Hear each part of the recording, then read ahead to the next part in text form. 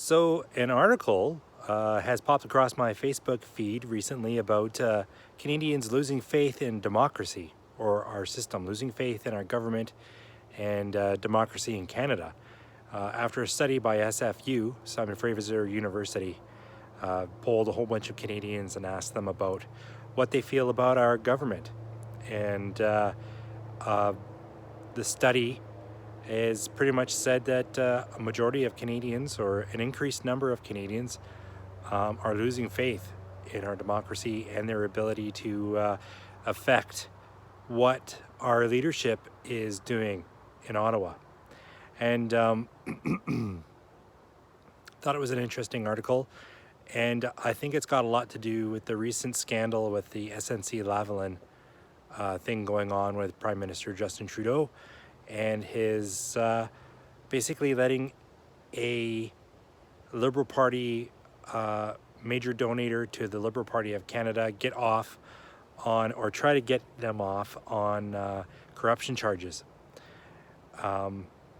which is, it's quite apparent that that's a self-serving thing that he's doing. So he's using his position as the Prime Minister of Canada to influence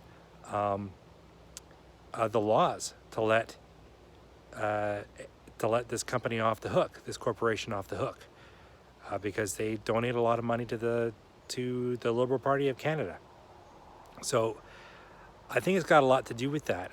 I think the nasty underbelly of Canadian politics and the amount of power that the Prime Minister's office has been exposed in a raw way. Like, I have a feeling this has probably gone on for many, many decades, this sort of thing, where groups, special interest groups or corporations, donators, people that give money to political parties, or large groups that give lots of money to political parties, get special treatment from Ottawa, and they get deferments, and they get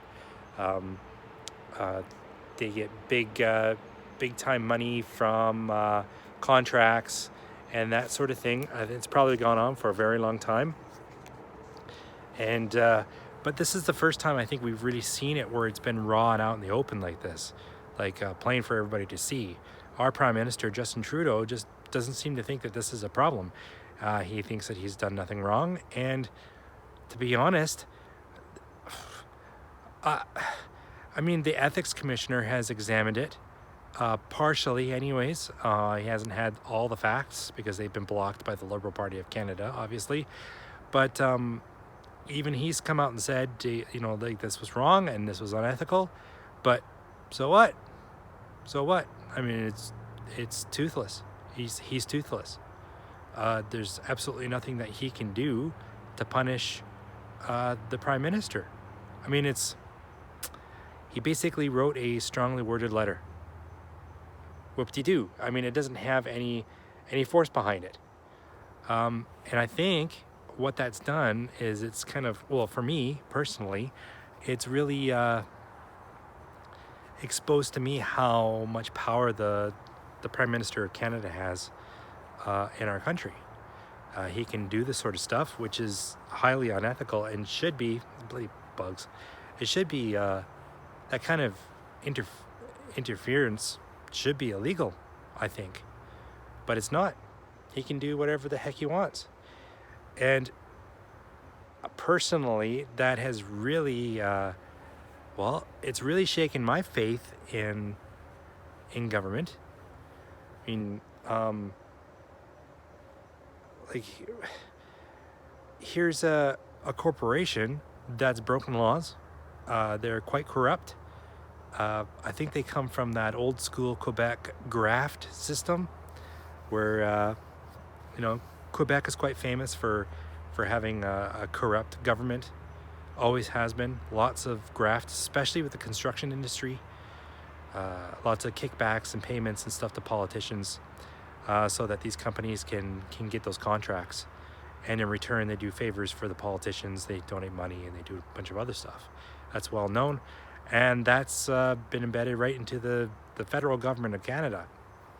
So yeah, I could see why people would be upset and have lose faith in our democracy, because really, we don't have a lot of sway with the federal government. I mean, they can pretty much do whatever the heck they want. When we elect them, we pretty much we elect a king.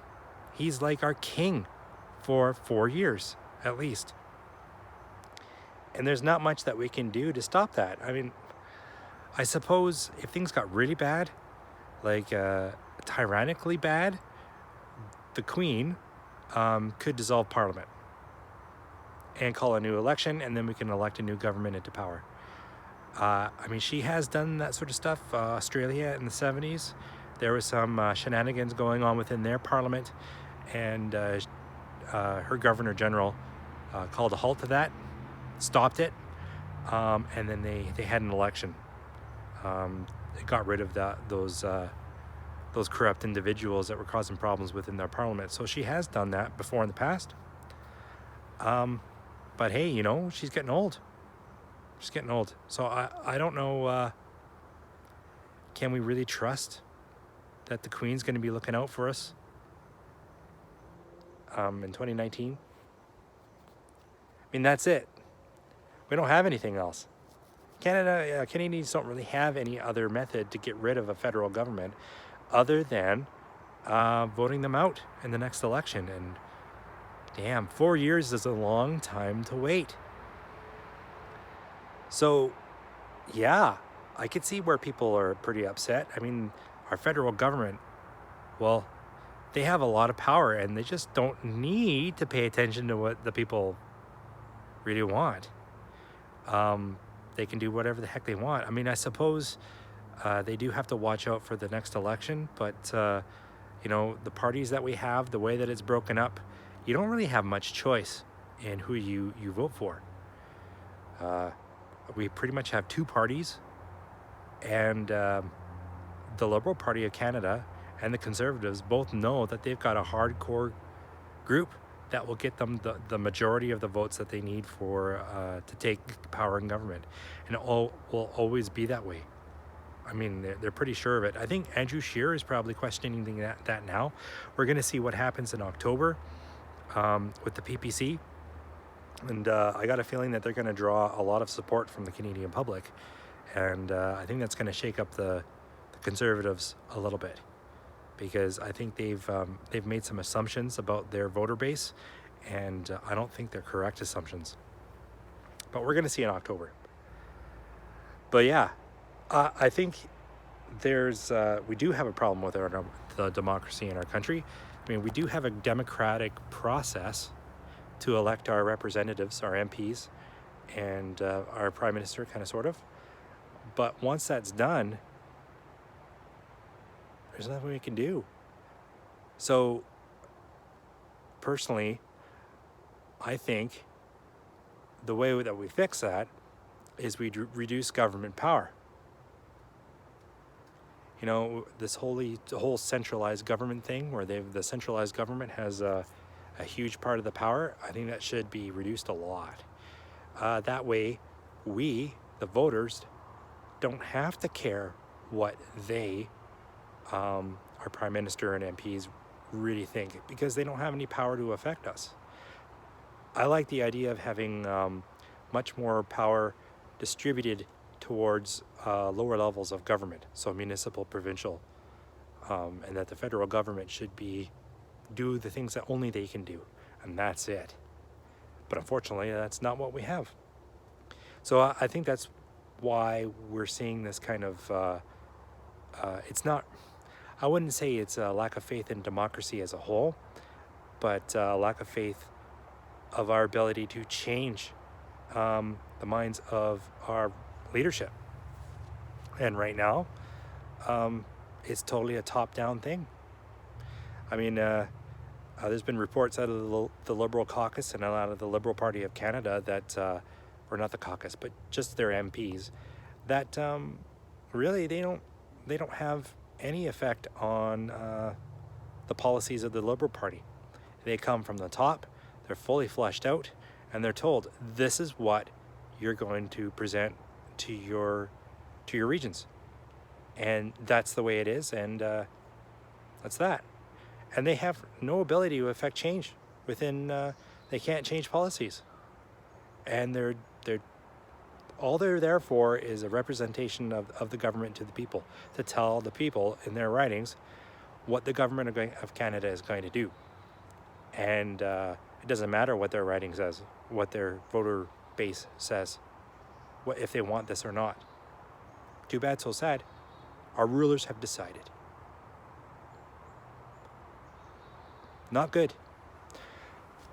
So I know this is another political video. Stupid flies trying to bite me. I am working on a couple more videos when it comes to gun related stuff. I've got like a 250 round torture test of a El Cheapo scope and mount that I bought for a Mauser rifle. So I'm going to go through that. I also have a cowboy action shoot video that I'm working on for our match here in June. I know it's really late.